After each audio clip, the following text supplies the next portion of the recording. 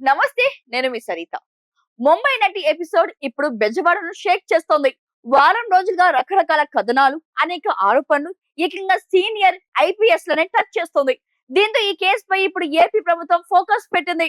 ఈ కేసు రాజకీయంగాను దుమారం రేపుతోంది. ఈ కేసు విచారణకు విచారణ అధికారి ఏసీపీ శ్రవంత్ రాయ్ ను ఏపీ ప్రభుత్వం నియమించింది.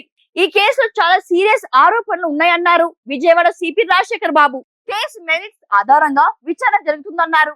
సీనియర్ ఐపీఎస్ లపై ఆరోపణలు కాబట్టి డీజీపీతో చర్చించి ప్రతి విషయాన్ని క్షుణ్ణంగా పరిశీలిస్తామని సిపి రాజశేఖర్ బాబు స్పష్టం చేశారు.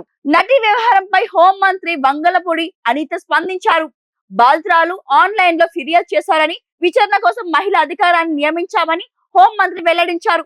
పోలీస్ విచారణలో తప్పు చేసినట్టు తేలితే అధికారులతో సహా ఎవరిని వదిలిపెట్టమన్నారు.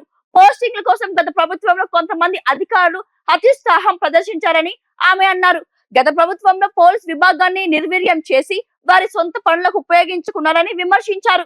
ఈ కేసులో ఎవరున్నా బాధితురాలకి న్యాయం చేస్తామన్నారు. పోలీసులు ప్రభుత్వానికి, ప్రజలకు జవాబుదారితంగా పోలీస్ శాఖ ఉండాలని హోంమంత్రి అనిత అన్నారు. దిశ పోలీస్ స్టేషన్ పూర్తి స్థాయి మహిళా పోలీస్ స్టేషన్ గా వినియోగిస్తామన్నారు హోంమంత్రి.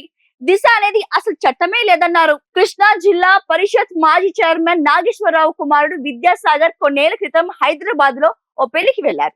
అక్కడ ముంబైకి చెందిన క్యారెక్టర్ ఆర్టిస్ట్ కాంతాబరి జత్వానితో పరిచయం ఏర్పడింది.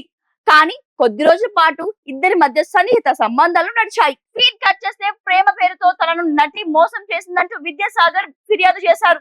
తన దగ్గర ₹1,00,00,000 వరకు వసూలు చేసిందని ఆరోపణలు చేశారు విద్యాసాగర్. ఆ ఫిర్యాదుతో రంగంలోకి దిగిన పోలీసులు స్పెషల్ ఫ్లైట్ లో ముంబై వెళ్లి మరీ ఆమెను అరెస్ట్ చేసి ట్రాన్సిట్ వారెంట్ పై ఏపీ తీసుకొచ్చారు. కోర్టు ఆమెకు రిమాండ్ విధించింది. కొద్ది రోజుల తర్వాత బయటకు వచ్చి ఆమె హైకోర్టులో క్వాష్ పిటిషన్ వేసుకుంది.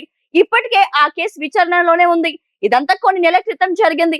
ఇప్పుడు ప్రభుత్వం మారటంతో మళ్ళీ ఈ కేసు తెరపైకి వచ్చింది. కేసులో ఒకప్పుడు నిందితురాలుగా ఉన్న అరెస్ట్ అయిన జత్వాని తాను బాధితురాలని అంటోంది. అధికారాన్ని అడ్డం పెట్టుకొని తనను అన్యాయంగా అరెస్ట్ చేశారని, తనతో పాటు తన కుటుంబ సభ్యులను కూడా చిత్రహింసలకు గురి చేశారని ఆమె ఆరోపిస్తుంది. ఓ గెస్ట్ హౌస్ లో బంధించి వేధించారని, బెదిరించి సంతకాలు పెట్టించుకున్నామని, ఆశ రాయించుకున్నారని ఆరోపించింది జత్వాని. గత ప్రభుత్వంలో కొంతమంది ప్రముఖ నేతలు కనుసన్నల్లోనే ఇదంతా జరిగిందనేది ముంబై నటి ఆరోపణ. ముఖ్యంగా పలువురు ఐపీఎస్ అధికారులపై ఆమె ఆరోపణలు చేయడం సంచలనంగా మారింది. మరోవైపు ఈ కేసు పొలిటికల్ టర్న్ తీసుకుంది. ఈ కేసు వెనుక ఎవరున్నా బయటకు లాగుతామని ప్రభుత్వ వర్గాలు చెప్తున్నాయి. అయితే కొందరు అధికారులను కావాలని టార్గెట్ చేశారని వైసీపీ ఆరోపిస్తోంది. ఈ కేసు అంతా ఓ డ్రామా అని కొట్టిపారేస్తుంది వైసీపీ.